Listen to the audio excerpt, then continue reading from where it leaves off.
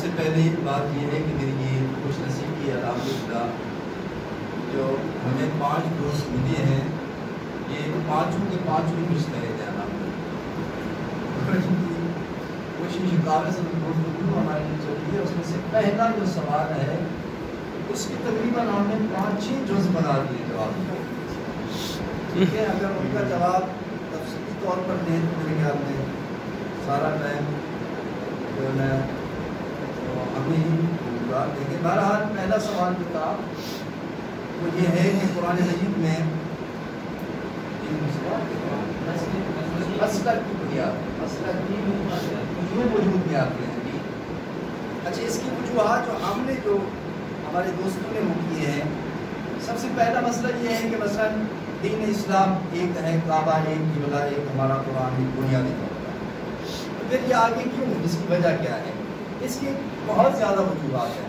سب سے پہلے میرے دوست ابھی متوجہ کرا رہے تھے، مثلا فقہی مسائل میں جو مجتہد ہیں وہ فروعات میں، جس کو فروع دین کہتے ہیں، اس میں جو ہے وہ ایک مجتہد کچھ فتویٰ دیتا ہے تو دوسرا کچھ، تو ایک مجتہد نے فتویٰ دیا، کچھ ماننے والے ہوتے ہیں جو اس کی پیروی کرتے ہیں، اس کے پیچھے لگتے ہیں، اور آنے والے ایک دور میں وہ ایک مسلک کی صورت اختیار کر جاتا ہے۔ ایک تو یہ وجہ، اس کی تشریح ہو سکتی ہے لیکن ہم مختصر۔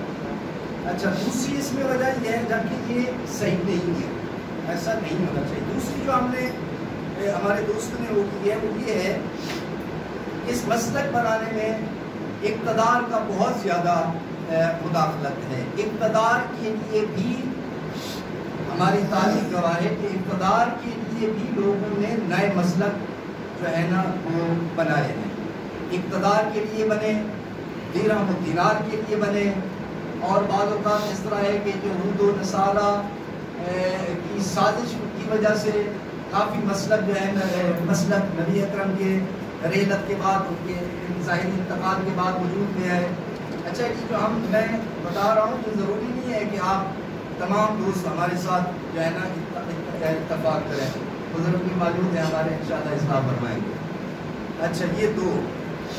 اس کے بعد تیسری وجوہات، دوسری وجوہات میں اجتہاد ہے کہ جو مجتہد آیا اس نے فروعات میں اپنا ایک مسئلہ دیا، دوسرے نے اسی ضمن میں کچھ اور فتویٰ دیا، تو اس کی کچھ اس کے ماننے والے ہو گئے، کچھ اس کے، تو آنے والے کچھ دور کے بعد وہ ایک دو مسلک کی شکل اختیار کر جاتے ہیں۔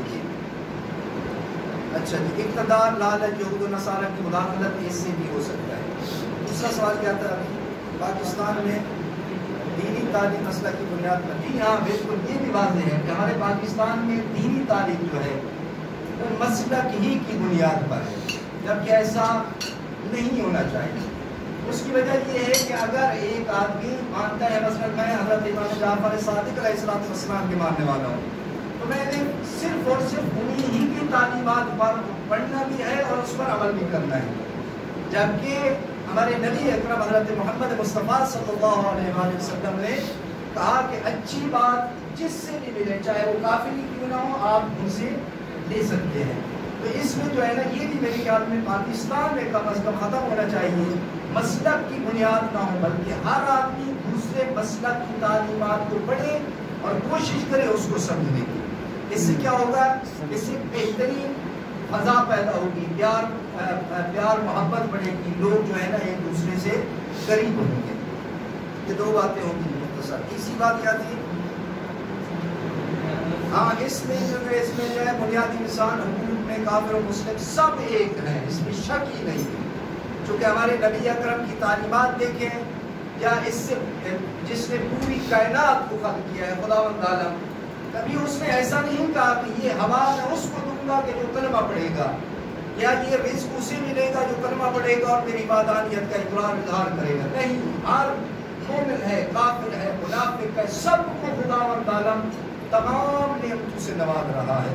تو ہم کون ہوتے ہیں بےنتی کریں کہ نہیں یہ ہم ان سے بلند ہیں اور ہمارا مقام کافروں سے ہے وہ بلند ہے؟ ہاں، اس میں سے چند وجوہات جو ہے وہ سامنے آئے گی۔ مثلا ایک آدمی ہے جو کہتا ہے کہ میں آزاد ہوں، میں جو کچھ کرنا چاہوں کر سکتا ہوں۔ ایک عورت ہے وہ کہتی ہے کہ میں بازار میں اگر ننگی بھی گھوموں تب بھی کوئی حرج نہیں ہے، میں اس خمر و شراب کا شریعام استعمال کر سکتی ہوں یا کر سکتا ہوں؟ یہاں دین اسلام جو ہے نا وہ اس کے کچھ شرائط ہیں کہ نہیں ایسا نہیں ہے. انسان سدا نہیں ہے. سدا کہتے ہیں بے مارا اونٹ.